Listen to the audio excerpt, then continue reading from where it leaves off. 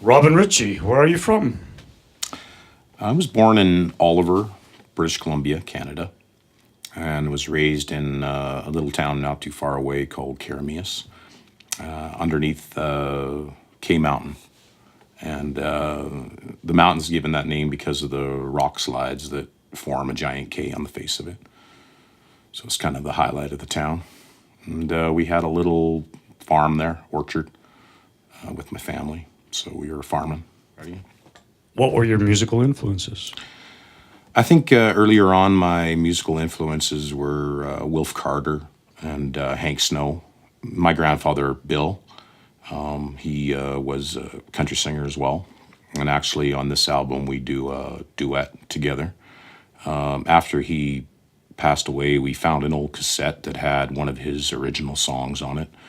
And we remastered it, and I sang along with it. So it's one of the highlights on this album for sure. And what's the story behind your first album? This album is basically 30 years of stories that I've managed to collect and tell. It's has a lot of my life experiences, and a lot of the songs have a deep personal connection to my life.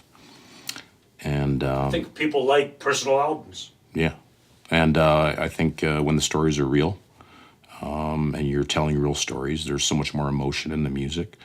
My producer, Pete Cordalis, he's managed to help me make that transition from story to song, and it's it's been an interesting trip to see how that's done, and I think we're doing a good job. There's not much yodeling in today's country, but you're doing it. So what's the significance of it for you? Our farm in Carameus was at the base of a big mountain canyon, and it just had great acoustics.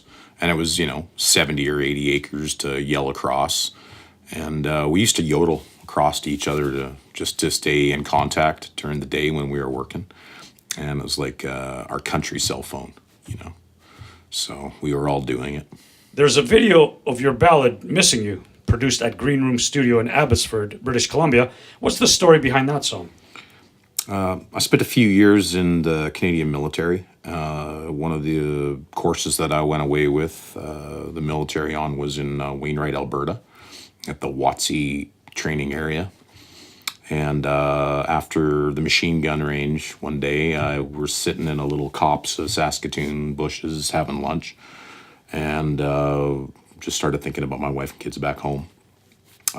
My son at that time was maybe a couple weeks old when I left. So it was a tough time, missing the people you love.